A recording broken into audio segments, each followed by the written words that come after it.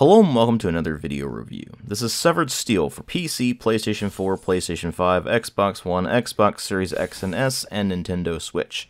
What you'll be seeing throughout this video is, of course, the PC version. This is a first-person shooter by Greylock Studio that was released into early access back in 2020, with its full release coming about a year later, and it was generally very well received, with particular praise being leveled at how flashy and stylish of a game it is. And that was something I commented on back when I took a look at the game as part of Steam Next Fest 2021. They had it available as a demo there, and while I wasn't really able to delve deeply into the game's mechanics because the amount of time I had with the demo wasn't sufficient to really get used to them, but it was definitely very promising with all of the acrobatic maneuvering you could do, the potential of being able to blast through walls with the arm cannon, and even just your basic weapons. It all seemed very cool, so I was very much looking forward to taking a look at the full game, and I just haven't gotten around to it until now, unfortunately. But now that I have been able to get around to messing with Severed Steel, how is it as a game? Is it actually live up to the hype that I saw previously with it?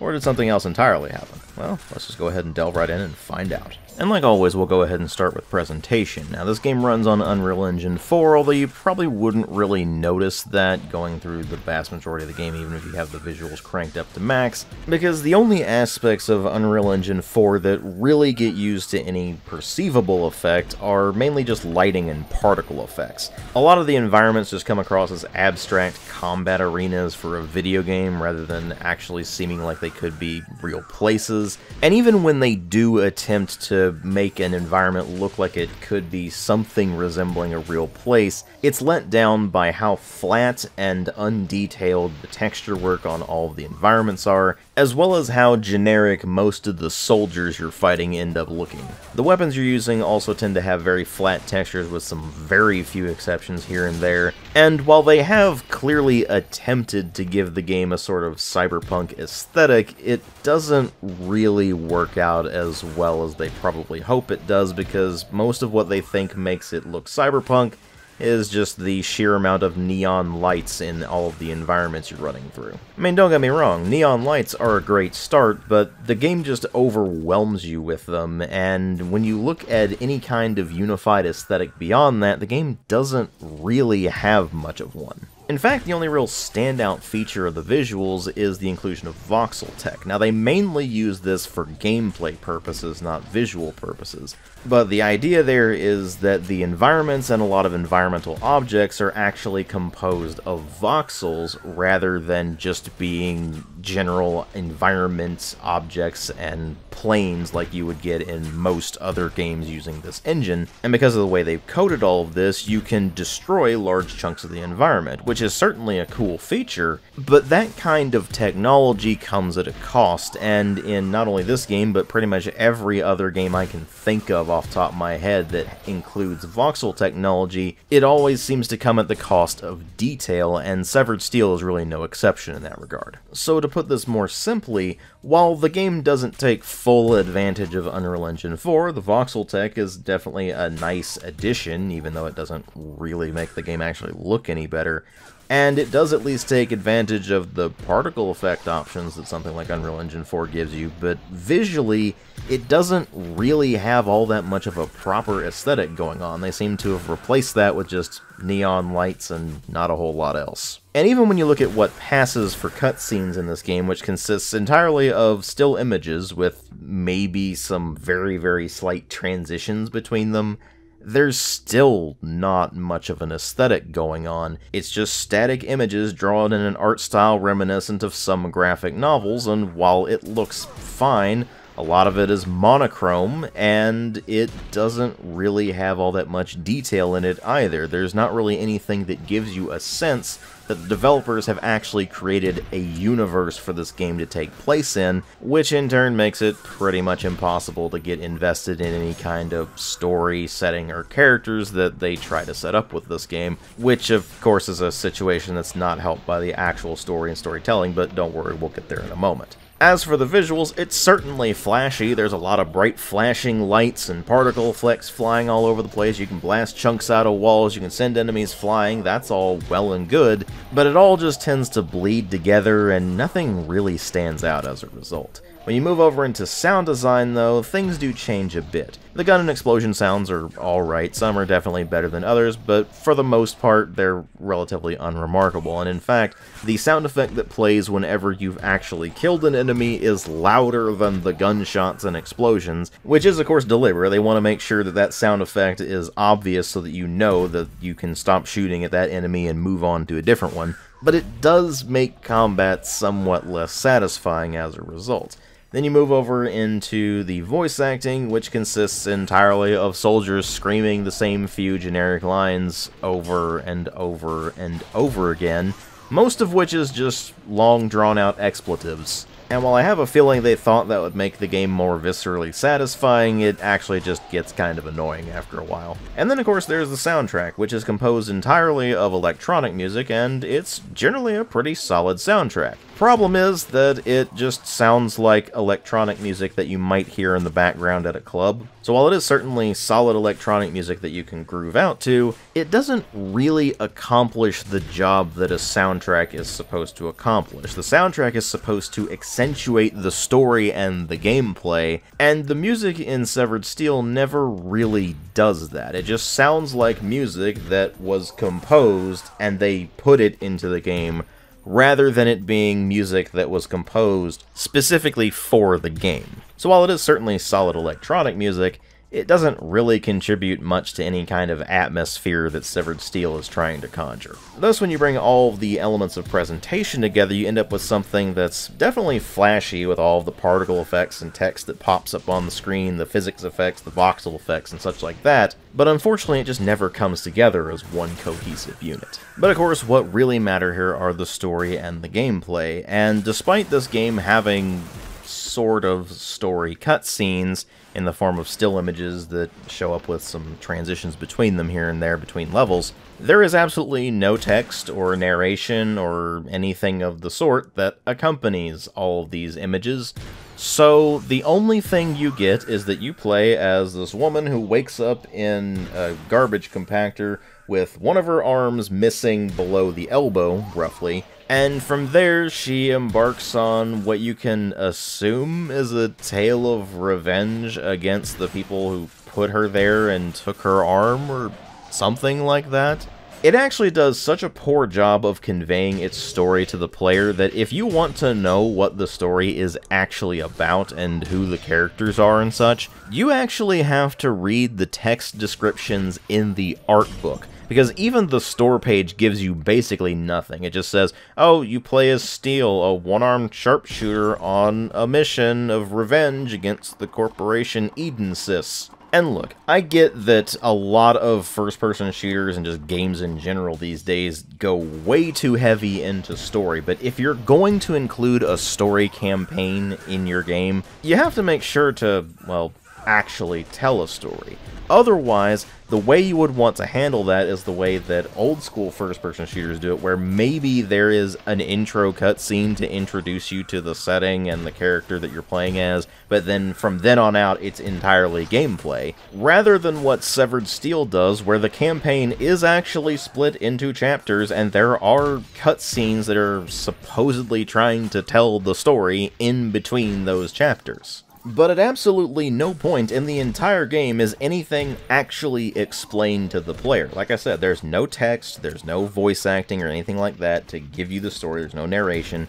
The only way you will actually know what the story is to read the art book, because that's where all of the story is actually located. Hell, unless you read the store page, you wouldn't even know that the main protagonist's name is Steel, because that's never actually referenced in the game itself. And I maintain a policy that if you have to consult external media to know what a game's story is, then the developers have catastrophically failed at telling that story, and that is exactly what happens with the story campaign in Severed Steel. I mean, hell, the game doesn't even tell you that the main protagonist's name is Steel. I mean, that's why the game is named Severed Steel. The protagonist's name is Steel, and most of her left arm has been severed.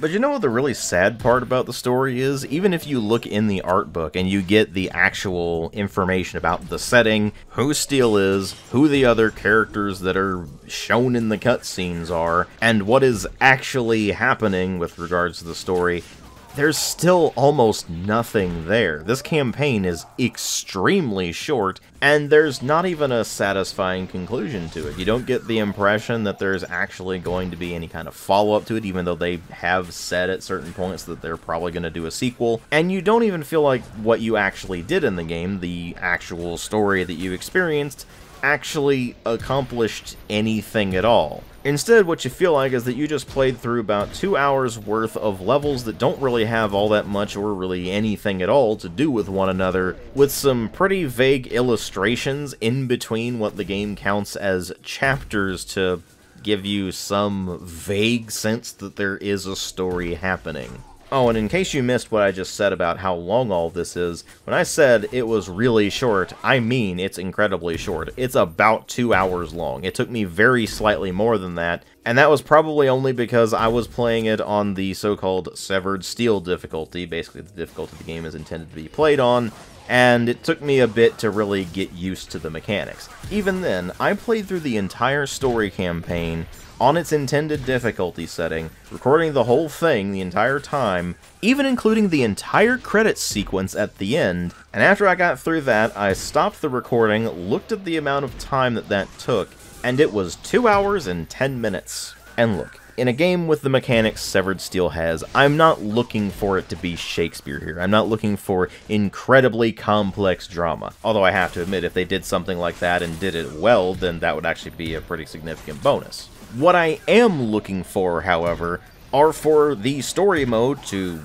actually tell a story, and for the campaign to be of a satisfying length, neither of which are accomplished by Severed Steel. So if the story campaign leaves you unsatisfied and wondering what the hell was going on, unless of course you read the art book, then what else is there to this game? Well, there are the Firefight mode and the Rogue Steel mode. Now, Firefight mode is very simple and straightforward. You pick a level to play around in, basically a combat arena. You select what weapon you want to start with, if you even want to start with a weapon at all, as well as what arm cannon you want to use, again, if you even want to use an arm cannon at all. And then you proceed to spawn into the combat arena. It spawns a bunch of enemies for you to fight, and you fight them all until eventually there are no more of them. At the end of all of this, it tallies up your score based on how stylishly you eliminated all of those foes, and then you're brought back to the Firefight menu where you can pick another combat arena or the same arena and a couple of different parameters, and then go right back to it. As you continue to play the Firefight mode, you will continue to increase what is called your Firefight level, and that will unlock different weapons for you to use. You can also complete challenges that will unlock different arm cannons for you to use. And that's it. That's the entirety of Firefight mode. It's just combat arena, go fight stuff, try to do it as stylishly as you can. The other mode is called Rogue Steel, and as the name implies, it incorporates some roguelite elements. So the way it works is that when you go into this mode, you select a few starting parameters, and those include whether it's going to be an 8-level run or a 10-level run, a shorter run or a longer run.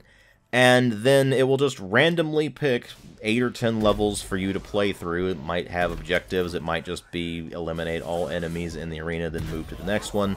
But whatever the case may be, as you play through this mode, you will gradually be given the opportunity to select different cards that will apply modifiers that might either help you or hinder you. For example, they might give you a super kick, or they might increase your arm cannon ammunition pool, or even change the arm cannon entirely, or maybe they'll make your guns explode when you throw them at enemies after they run out of ammunition. Or of course on the opposite side, the stuff that'll hinder you, it might make enemies more powerful, it might give them more potent abilities, or make them more resilient to things that you're normally able to do. Or it might make certain abilities that you're normally able to do curtailed, or change the way that you're able to heal damage if you've taken it, or something along those lines. And as you continue to play this mode, you will gradually unlock cosmetic skins for Steel as well as her arm cannon, and it will also continue to add these different cards to your card collection until eventually you have all of the available perks and detriments and such listed in this card collection. And that's it. That's all this game has. You have a story campaign that's about 2 hours long. You have a sort of roguelite mode that just has you replaying things that you've already played through, but with some slight tweaks to the gameplay mechanics. And you have a firefight mode, which is just your basic combat arena that you're trying to be stylish in. And that's about it. It's really up to the gameplay mechanics themselves to keep you playing this thing and keep you interested. And unfortunately, what I thought was some mechanical complexity that I would have to get used to and really learn the intricacies of when I played the demo, turned out to be almost entirely flash and very little substance. You see, there are quite a few acrobatic moves you can pull off. You can slide on the ground, you can run on walls, you can do a double jump, you can dive all over the place, and you can even chain double jumps, dives, and wall runs to end up with some pretty wacky maneuvers. Alongside all of these maneuvers, you also have a slow-mo mechanic where if you press and hold the slow-mo button, then it will obviously slow down time as you're going about doing all of these things, allowing you to more easily line up shots. Shots which you do have to lead, by the way, because they're all projectiles rather than hit scan. And as for what you'll be eviscerating your foes with in this game, you have 3 options. The first of them is your mighty boot. You can kick things. The second is that you can grab guns with your right hand and then shoot them. Obviously, since you only have one arm, you can't reload them, so whenever you run out of ammo, you can then throw that weapon at an enemy to either knock them aside or do damage to them, or both, and then you can grab weapons that enemies have dropped, or even grab them directly from enemies' holsters, and then just keep going back to shooting at things. Your other weapon is the arm cannon, which allows you to fire a very powerful blast of energy that can blast holes in walls, and depending on which enemy you're blasting with it, can also turn them into chunky salsa. The arm cannon does have a very limited number of shots, however, and unlike the weapons that you can grab with your right hand, it can technically be reloaded, or really more recharged. When you defeat certain enemies that have apparatuses attached to them, then you can absorb the charge from those corpses in order to replenish the charge in your arm cannon. These are all of your tools, and you have them all within the first 15 minutes of the story campaign. In fact, those first 15 minutes or so of the campaign are basically just the tutorial sequence. It teaches you all of the movement mechanics, how to shoot enemies, and eventually when you get the arm cannon, how to use that. From there, everything else in the game has to find interesting ways of allowing you to use these mechanics. So you think to yourself, okay, well, how are they going to make me solve puzzles with this? What kind of platforming is there going to be? What kind of interesting enemies are they going to throw at me to utilize all these different tools in my arsenal? The answer to all these questions is not a whole lot, really. Most enemies can be dropped with a single headshot from any of the weapons, with the exception of the heavy enemies that have flamethrowers. They have a weak spot on their back you have to shoot instead, and the heavy troopers that have grenade launchers only because you have to knock their armor plates off before you're actually able to finish them off. And none of these enemies can actually harm you anyway, as long as you're doing what it considers a stunt, which is to say you're running on a wall, you're sliding on the ground, you're diving through the air, or a combination thereof. They literally cannot harm you while you're doing those things. And if you do take damage in between doing these various stunts, then you can replenish that immediately by just taking out enemies. So once you understand that and you've gotten the movement mechanics down, you're pretty much never just running around on the ground. You're almost always doing a stunt, and thus pretty much never taking any damage, thus making combat effectively trivial. And when you look at the gameplay elements outside of the combat loop itself, you find that there really aren't any puzzles to solve. The game just tells you exactly what to do every single time. It even highlights things in big, bright outlines so you can see exactly where you need to go, exactly what you need to stand on, exactly what you need to destroy. And this goes for enemies too, by the way. It will highlight enemies for you, although you can, of course, disable that if you want. And the environmental destruction that they tout, the ability to blast holes in walls and such, is entirely optional for nearly the entire game. There's only 1 or 2 instances in the entire game that actually require you to destroy the environment to progress. Aside from that, there aren't even any platforming challenges to speak of. You're just jumping around combat arenas, either going for specific objectives or just eliminating enemies, so you never really need to do anything with the acrobatics, except what is necessary to avoid taking hits. And even though the campaign is only about 2 hours long, it still has a remarkable lack of variety. There's only a couple of somewhat interesting set pieces in the entire game. One of them is a train, another one involves portals, but aside from those, it's mostly just a bunch of rather abstract combat arenas for you to blast enemies in, and your objectives consist of destroy this highlighted object, or multiple highlighted objects, defeat all enemies in this area, or just go to this location and maybe go to another location after that. Eventually you end up at the exit. For all of the flashy particle effects, the slow-mo, the running on walls, diving and jumping, and so on and so forth, none of it ever really comes together. It's not like if you're playing, say, John Woo's Stranglehold, where that does feel like they tried to take a John Woo movie and turn it into a video game. That's just not what you get with Severed Steel. You can recognize almost immediately that it's just all flash, no substance. The things it does look good on paper, and if you're just watching, say, a GIF of it or a video clip of it, it probably looks really cool, but in practice, it loses its luster extremely quickly and becomes an incredibly disappointing game. I certainly wouldn't go so far as to say the game is awful or even outright bad at all, but the amount of content on offer, and more importantly, the substantiveness of that content, is so incredibly low compared to the $25 asking price they're charging for it, that it becomes pretty much impossible to recommend unless you can get it on sale for a really deep discount. And that lands it squarely in 2.5 out of 5 territory on my scale. Again, it's not a terrible game, it just is all flash, no substance, and $25 is quite a lot to ask for a game with as little substantive content as this has. And I just worry that as positive of a reception as this game has, Greylock Studio didn't get the criticism they really needed to understand what they need to improve if they go forward with Severed Steel, trying to turn it into a series, or even just taking ideas from this game and implementing them in other games, like the one they're currently working on, Echo Point Nova. I guess we'll just have to wait and see on that. Thank you all very much for watching, and if you like my videos, please consider supporting the channel on Patreon. If you can't afford to or don't want to, that's fine, I understand. But the option's there if you're interested, and every bit really helps out. You'd be amazed how even $1 a month can help out. Thanks again for watching, and I'll see you all in later videos.